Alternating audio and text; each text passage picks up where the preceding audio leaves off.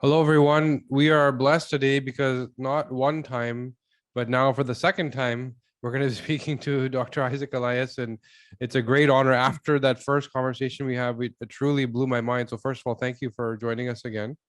Thank you for the opportunity to take part in such an important topic. You opened my mind to this concept of the survival paradox. Of course, I had poked through your book, and some of the stuff we talked about last time resonated with what I had read in your book. But for those of us that are, some people maybe just be listening to this for the first time and didn't hear the first talk. Do you mind just recapping, what essentially is a survival paradox? Brief intro, just so people know what they may have missed last time. Yes, of course, I'll be delighted to do it. So the survival paradox, and the title of my book, really offers a paradigm shift of how we understand our health, but bigger than this, how we understand our life. And we all know that inflammation drives almost every chronic disease and acute diseases like the cytokine storm. But the survival paradox takes a step back and say, if inflammation is really not the cause, inflammation is the result. It's what happened. It's like the fire is on. So what causes the fire? And what causes the fire is our innate, built-in, multi-generational drive to survive. It's really why I'm alive, you're alive. And this survival drive is automated. So initially we respond with the nervous system, the autonomic nervous system. It's, we can't control it. It's a sympathetic system through fighting, which is inflammation, and through running away, fleeing away, which is either hiding, isolation, creating a microenvironment, or getting out of the scenery. The tissue becomes fibrotic. We hide, we become. So these factors that are automated within us drive us from an autonomic nervous system within a fraction of a second, But if we look at it from the point of view biochemically, there's a protein that I've been researching for almost 30 years, galectin-3, which is a carbohydrate binding protein, which is our survival protein, which turns on within minutes. It goes to the area where the body feels there's a survival issue, and it drives inflammation. And over a long time, it drives fibrosis. So the same thing that we are trying to do to stay alive is what actually shortens our life.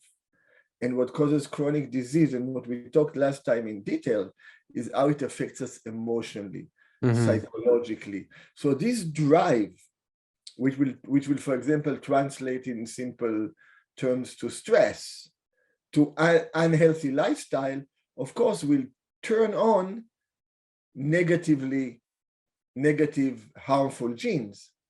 So our epigenetic tendency, our tendency to decide what to do with our potential, is driven by this survival drive. And on a multi-generational level, we'll talk a little bit more today, it can affect our gene expression and which genes will be expressed within the pool that we came to this world with.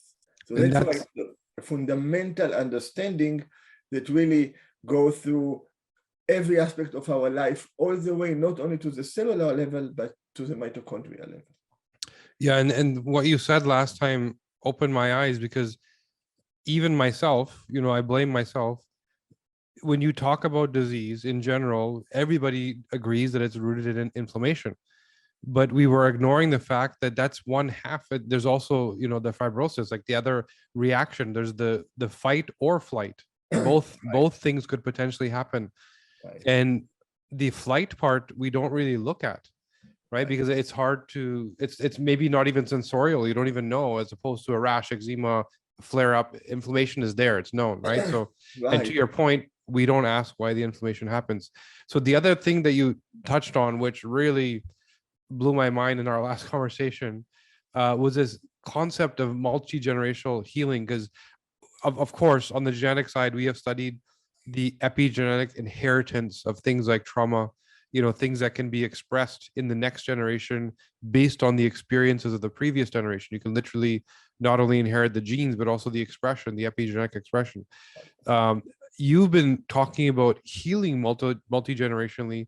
Um, what are these practices? Like, what is the actual function, and how do people use them? So the first step, and when I teach it in a context of a retreat, it's a transformational experience. I had patients who went through profound healing just by hearing it in the right context. The first step is realizing that what we experience right now, what you and I are experiencing right now, is a result of endless factors that come from the present time, that comes from the past, which we can understand more, right, through genetic and epigenetics, and that come actually from the future. Right. So right now, our reaction, how we respond, is rarely a result of the real moment, because we are always affected by preconceived ideas, by habits. And these habits create a very well-paved pathway, habit that can be either genetic in nature, right? Mm-hmm. Repeated in multi-generational, or behaviorally that we learn this life, which falls more into the epigenetic choice or pure behavioral choice. So when we understand this, we can see what can we do about it.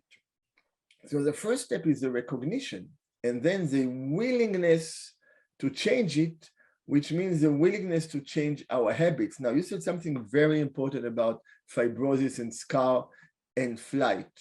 This Mm-hmm. area of flight or fibrosis are hidden from us, right? Right. They are like under the biofilm, under the arteriosclerotic plaque, the area of the cancer cell that suddenly the body is not in charge. Same thing happened on a psychological level. That's what toxins, pesticides, heavy metals hide. So we need to access these areas that from the perspective of the body are actually not alive. The body no longer controls them. They can be inflamed, but we don't control the movement of the inflammation. That's what happened in cancer. It's classical. It has its own metabolism, its own existence, its own behavior. So we need to connect with it. And the process of connecting with it is first when we prepare, and you do it sometimes through the detoxification process. So the first step in the preparation, for example, if we look at detoxification as an example, I'm just picking it for now. Sure. You prepare by getting a more lighter diet, getting well hydrated, and preparing what you want to get rid of, what you want to let go of. And the bigger what we can hold, the bigger the response. And then we need to expose the areas that needs help. You know, we often try to change our health by changing our lifestyle. And the proper disease is the last to go, because we don't have good communication with this area. It's not responding to us as well. And that's why exposure, that's why melting the galectin-3 lattice formation that we talked last time, these 5 pentamers of this protein that creates a coating in a microenvironment we don't control, we need to expose it, and then we need to clean it up. So if we look at the image, and it's one of the 3 last chapters in my book when I'm giving advice, it's really about healing our scars of survival, because our scars of survival can be related to what happened to us this life, and having actually a physical scar, like from injury, from surgery, having an emotional scar, having a psychological scar, or, as we all are aware of, multi-generational scars, trauma that have been carried on an epigenetic level, and traumas that created a genetic chain that now has been carried on. And it's a combination. So when we address it, addressing the physical scar is actually easier. You know, in the clinic, we simply take Procaine, which is an anesthetic, and we numb a scar that can be there 30 or 40 years for 45 minutes. And I had some homeopathics, and what you usually see is that the scar gets smaller, gets first inflamed and then gets smaller in 100% of the people, practically 100%.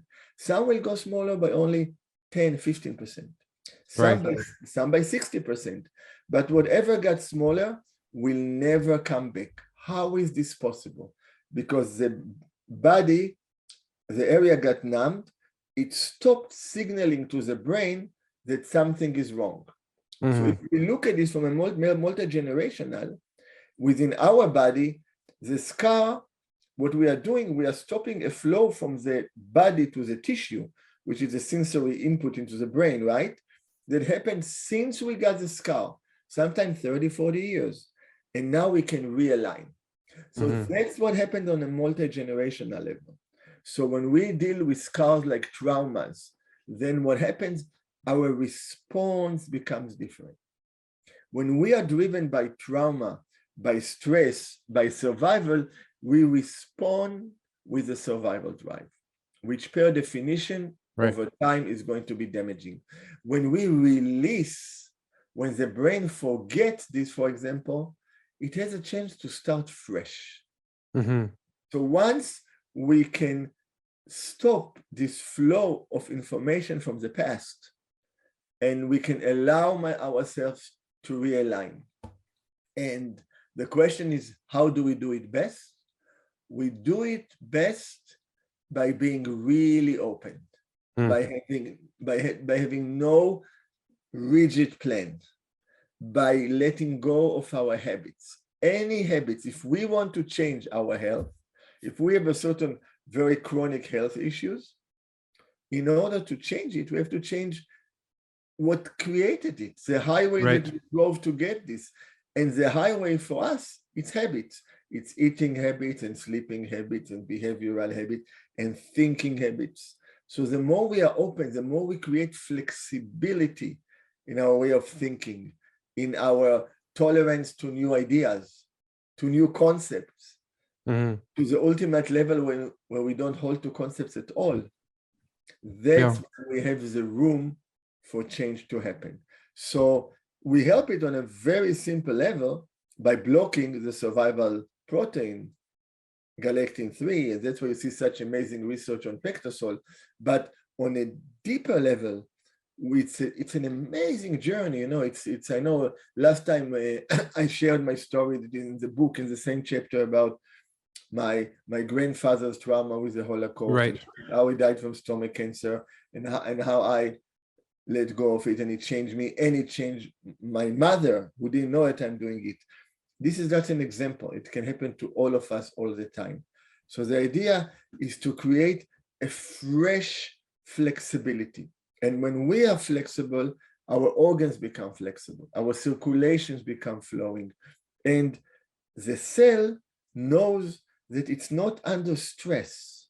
And when the cell is not under stress, it can produce energy in an efficient, peaceful way, which doesn't produce byproducts. And that's what. And when this happens, we got normal mitochondrial function. When we go into a stress response, then our energy production shifts, and that's when we get into trouble. So you said in there a key thing that people have to be willing to make changes for things that are new and novel. So it's uncomfortable to, first of all, believe in stuff that you haven't previously been exposed to. A lot of people learn experientially, like they need to actually go through it to believe it's real. Like you can't just read it or theorize it. I need to feel it, experience it, then okay, yeah, maybe this is true. So and I bring that up because in the very beginning of what you were saying, you mentioned that not only can epigenetic or multi-generational pain or problems come from the past, but it can also come from the future. And this is a concept that some people may not even be able to wrap their head around. The funny thing is that current science in physics says the same thing, right? Yeah. Right. So this is why it's so fun for me, because I've been living it for years, and then comes science and supports it. But all of us experience it. We often go to something that happened in the past and we dwell on it. And if we look at our life experience, we are not living the moment, we are living the past. Yeah. Right. And it's so common, right? I mean, that's how psychotherapists make a living, sometimes, right? So we try to change something that already happened. Well, if we are right now living 20 years earlier and we keep the same habit, 20 years from now, the energy going backward is going to come to this moment. So what we are doing now is affected by our mind projecting backward. Right. But that's a simple explanation. The more complex is that there are so many people related to us that we know and we don't know. I mean, you know it so well from all the genetic testing and the cousins we find and the relatives we find, right? All of them could be driving a certain trauma, a certain illness, a certain trait from 3 generations ago, 10 generations ago, 50 generations ago, 100 generations ago.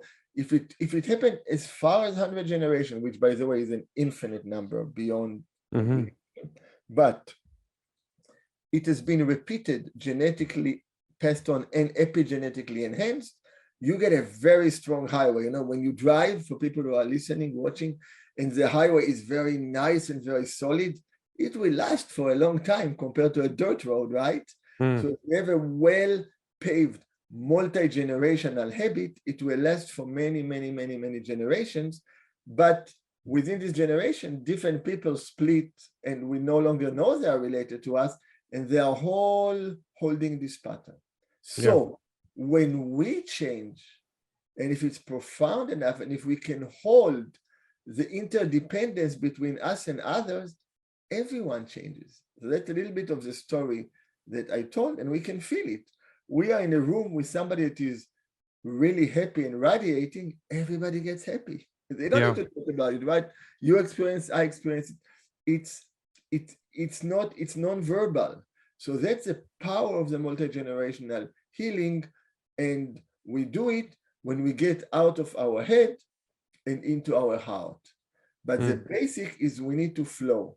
And as long as we are stuck, as long as we are fibrotic, as long as we are isolated, which is a survival trait, and that's why physically galectin-3 can be so harmful, as long as we are stuck, it really can't express itself. So it's all about melting, about turning the ice into water, you know? And you mentioned, you just touched on mitochondrial health as an outcome of sort of multi-generational epigenetic expression. So are you suggesting that my current mitochondrial function is a byproduct of my ancestors' epigenetic expression that I've inherited? Is that what you're saying? Yes, but also your own epigenetic doing this life, you know, which genes we decided to. Definitely, we know that when we go into survival mode, okay, which again, for people listening, don't think it's something esoteric. Every time we are stressed about something, we're in a survival mode. Yeah. Now, we have the opportunity to turn it off with a deep breath, if it's not very deep, but some people are in a survival mode on a chronic basis. What happens? The system gets a signal. And then what happens is that our macrophage, our immune cells that are actually swallowing bacteria or cancer cells, these cells actually who are outside in the extracellular matrix between the cells turn inflammatory. When they turn inflammatory, they excrete galectin-3 and it blocks insulin receptors. The cell no longer can use glucose in a relaxed way. What is a relaxed way? It's slow, but very efficient. 36 molecules of ATP for one glucose. We're going to survival mode. We can produce energy 100 times faster. That's what happens when we fight or we run away.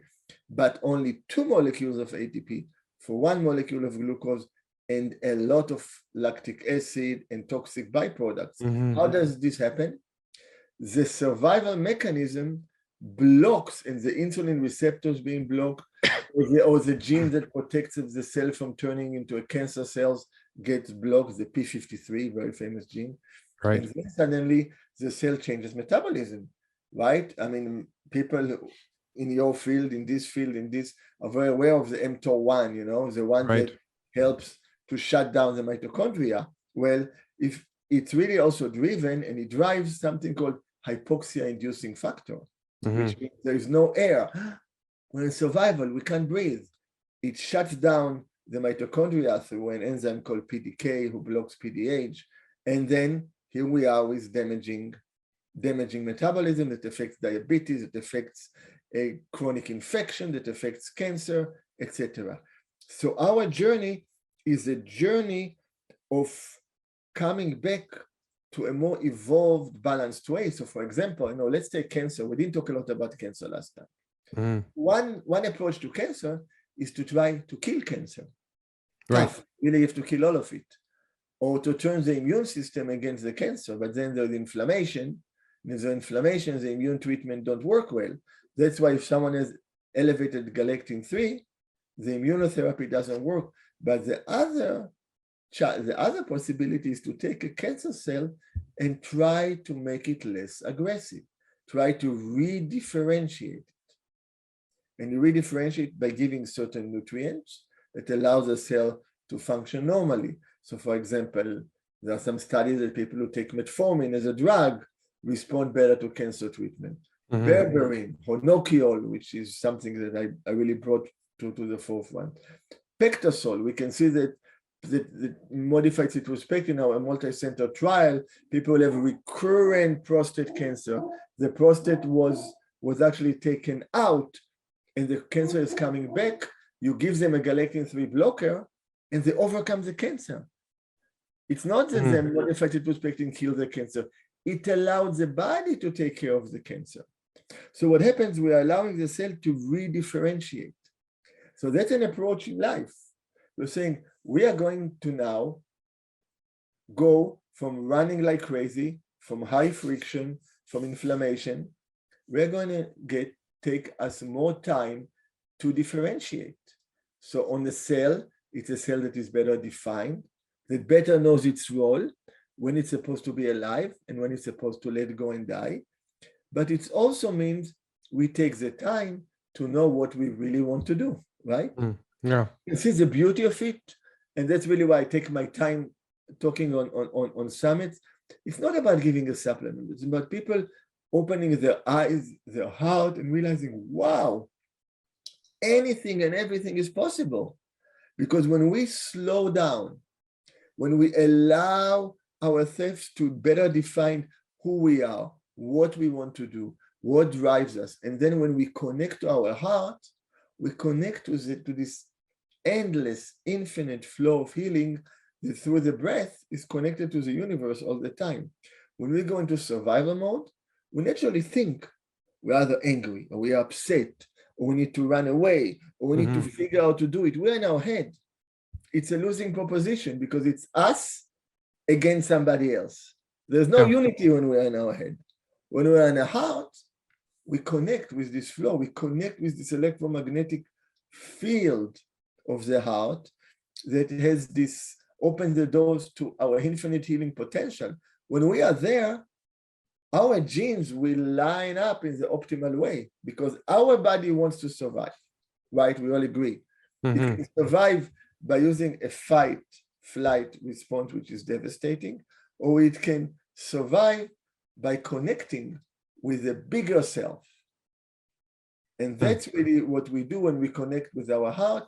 That's when we melt the isolation. So if it's a biofilm that makes the microbiome work better, or we melt the galectin-3 lattice formation by using a modified citrospectin, it all comes to the same place. And then intracellularly, with support, with supplements that can help to reactivate AMPK and shut down mTOR1 so the cell can take oxygen in.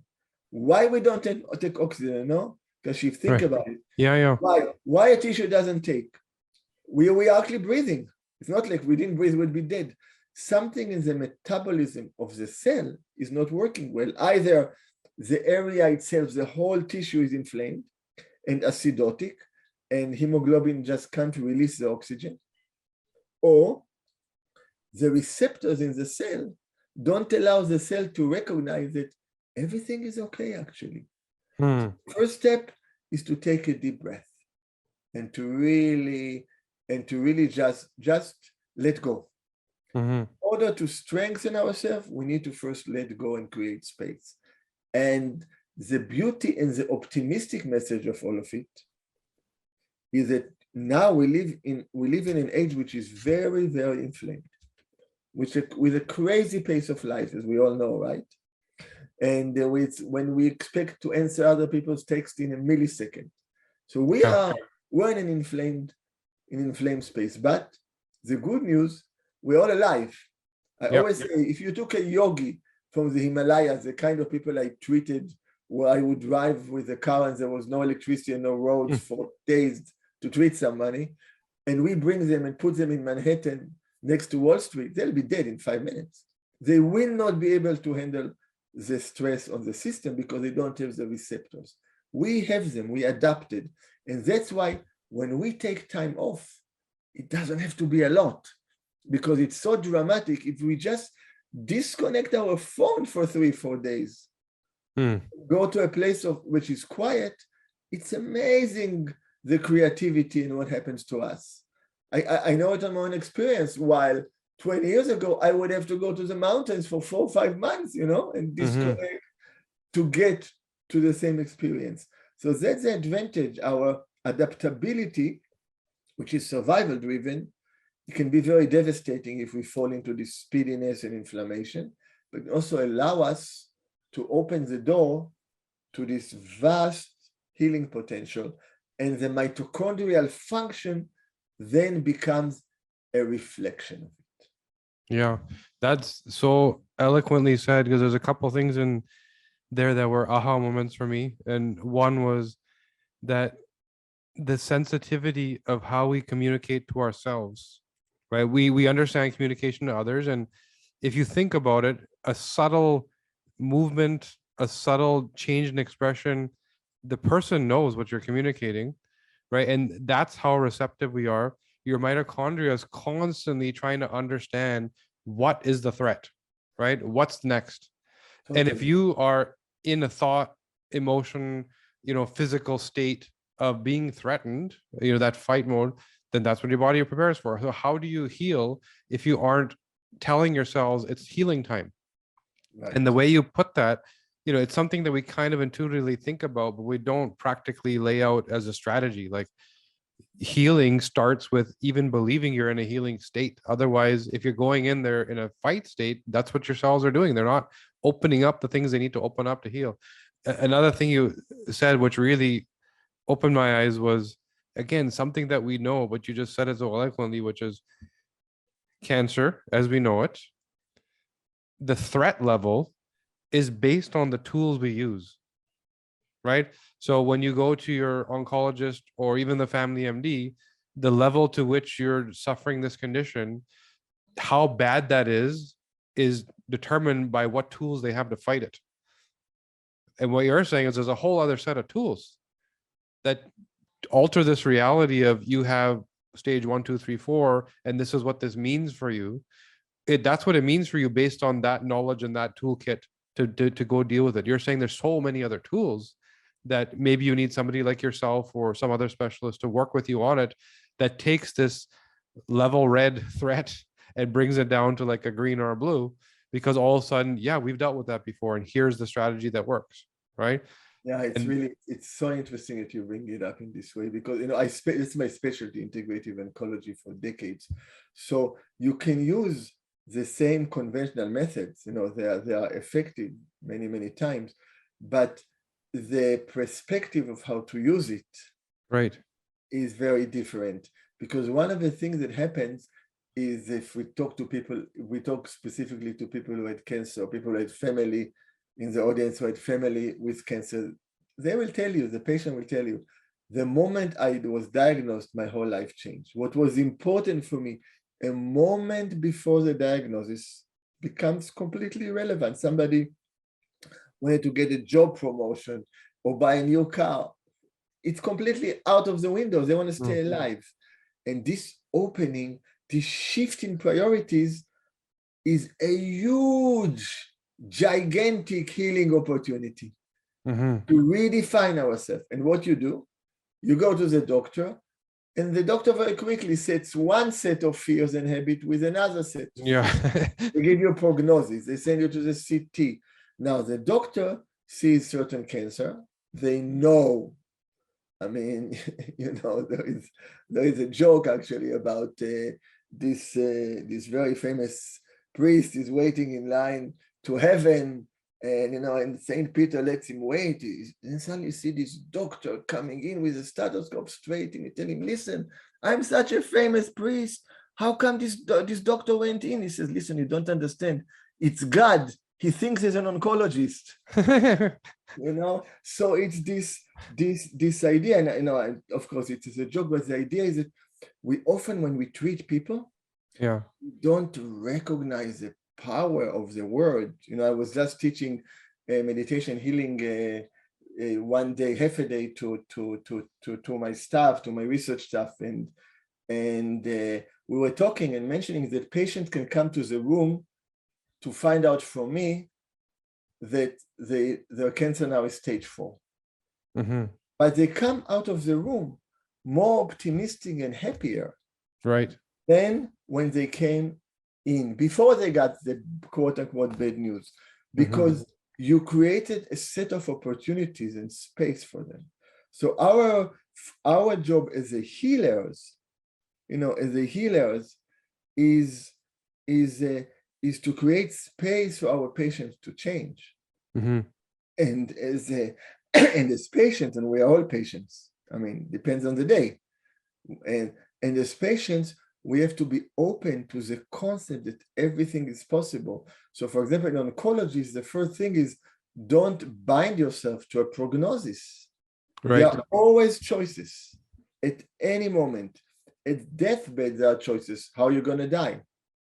And some people turn around when they really let go.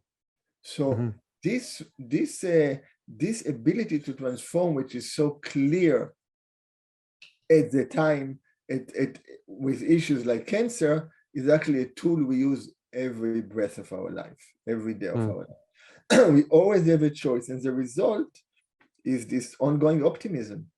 Yeah. It's people who know me, they often say, why are you so optimistic? We know how many things are in your plate, how many things you can wear. But I say, I don't control what's coming to me, but I can truly control my response. I can be reactive.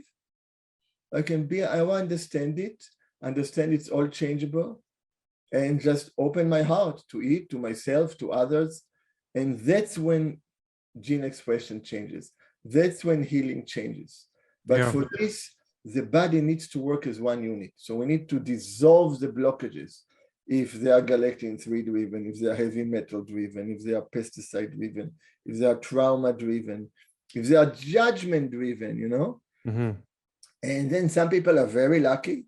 They have an amazing gene baseline, and then so they get more of a slack. And some people come into this world with less of a good start.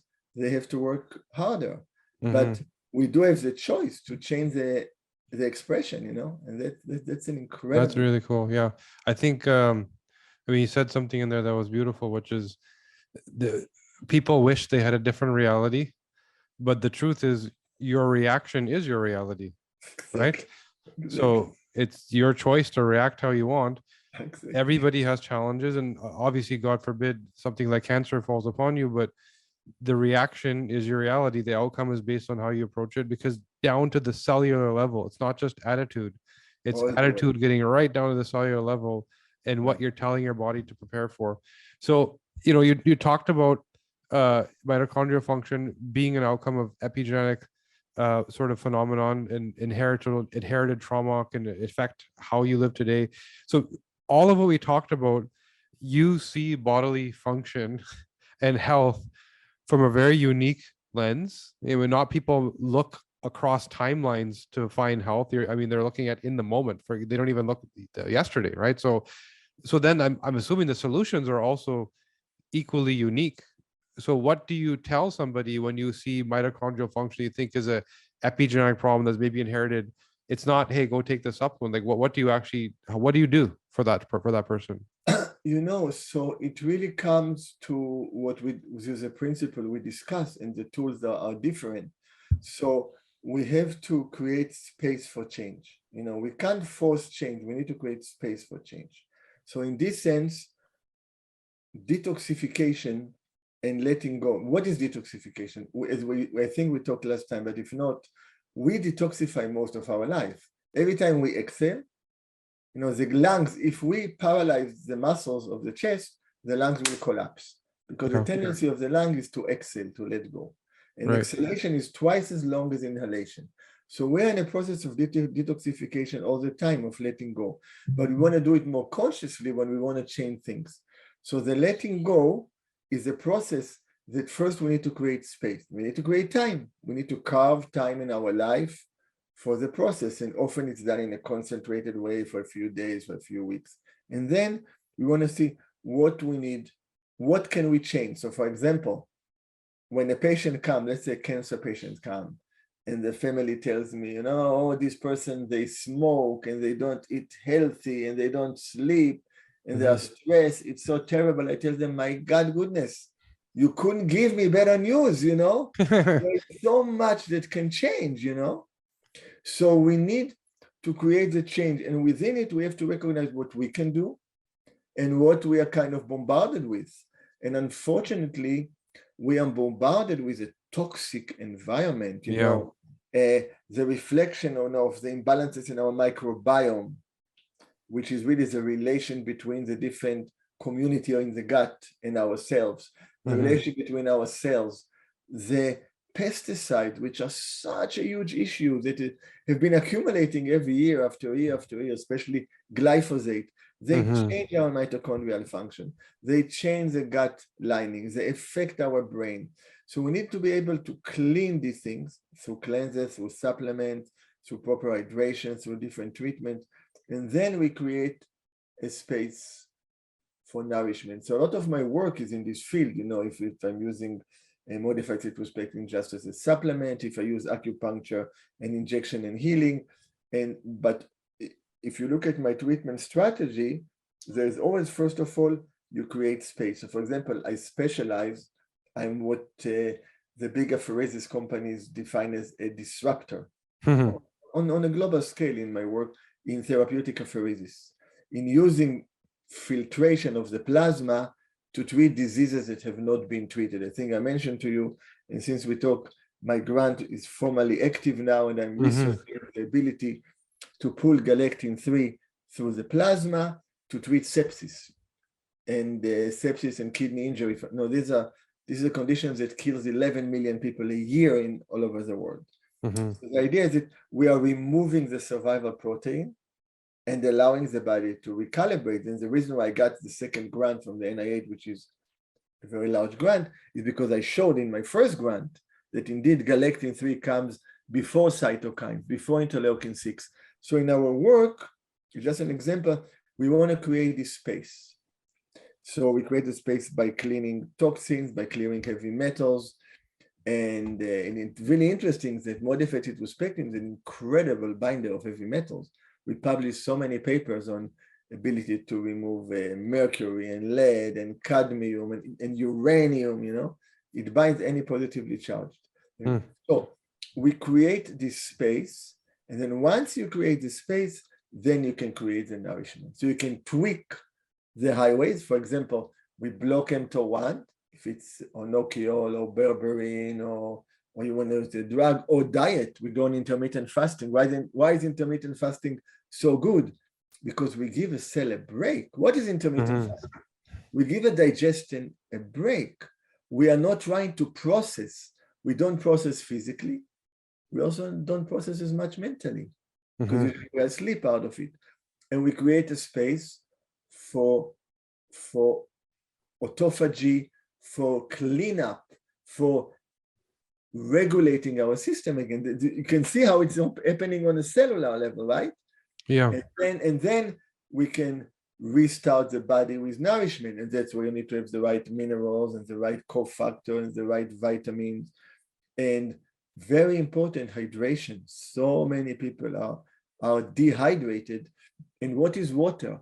Water is what glues us together. Water is what creates communication between the cells, through the blood, through the interstitial fluids. When we don't communicate, there is isolation.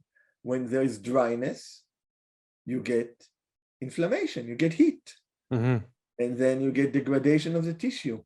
So when we go through these principles. So these are basic principles, but the tools are endless. Now, the trick is the more refined the understanding of the patient, of the individual, and the more refined the understanding of the health provider, healer, who is taking the same journey. We're on the same journey, just the healer a little bit supports the patient, and one day it can be the other way around. When we support it, then the less bombastic tools we need. So for example, in my practice, yeah, people will fly in for therapeutic apheresis and specialized, treatments, but I often tell them it's a healing session I do prior to this, with the acupuncture, with some trigger injection, with healing, with feeling, with tuning into the journey and guiding it. That is really what makes the healing happen, So it's about integrating all of this. And in this sense, it makes life amazing, every day is just amazing.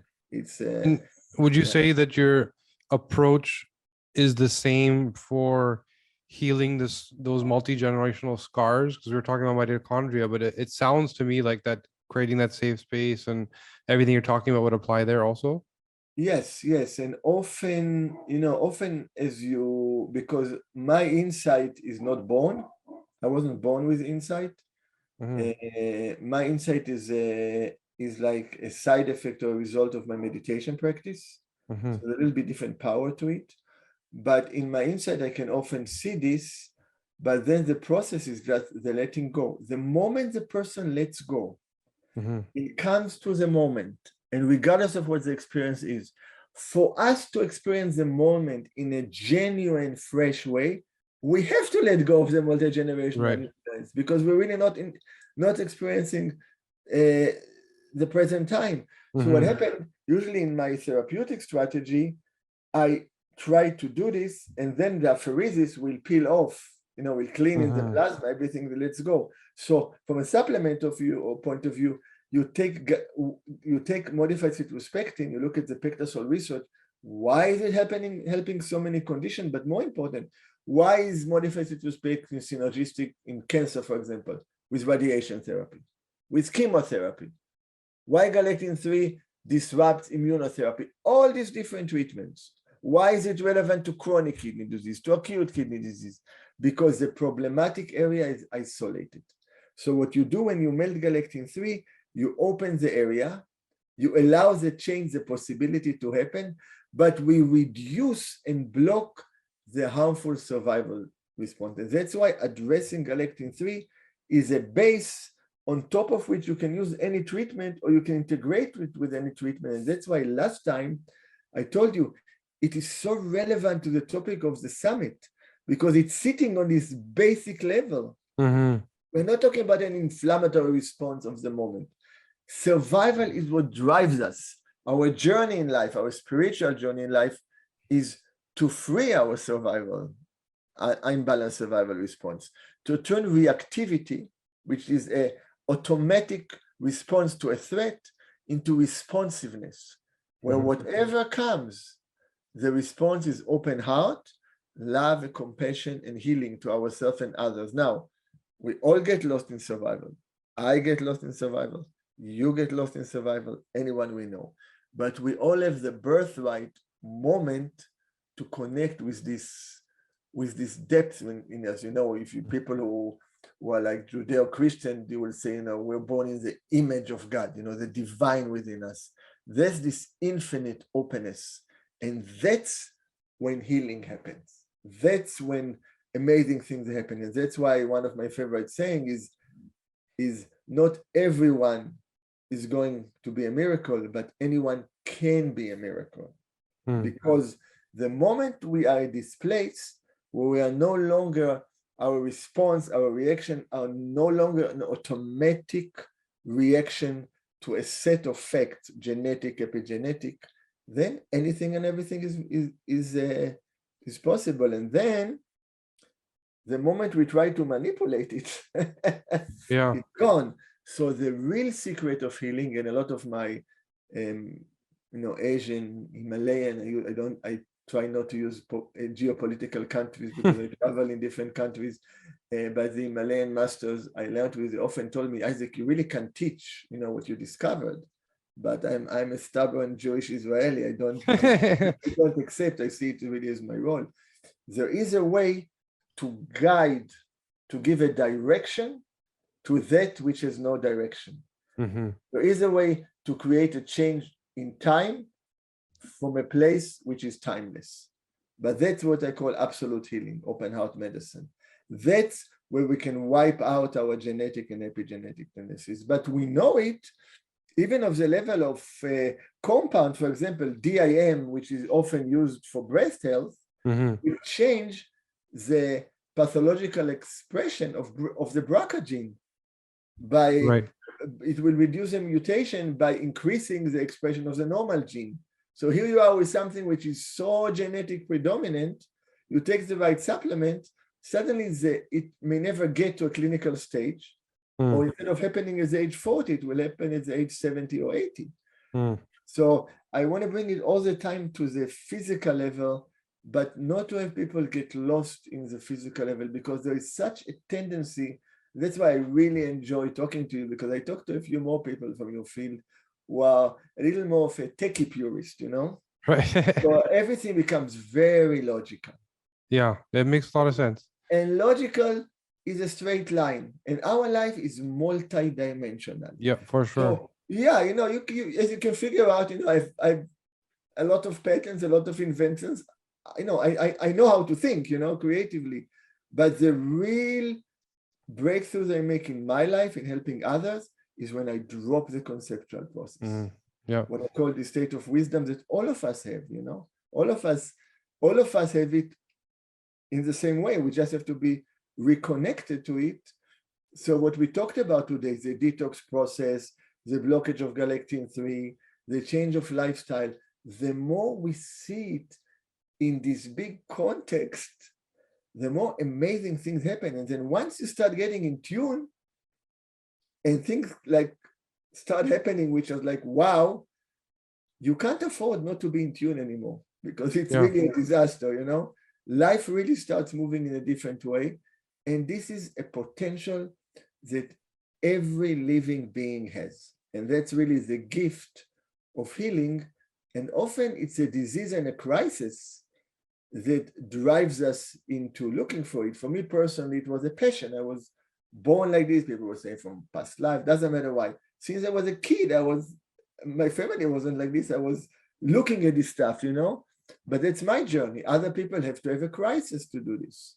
Right. It may be that my exploration for this was an expression of traumas and difficulties of past generations, And when you say that, it just makes me think, you're talking about sort of being ill or not ill.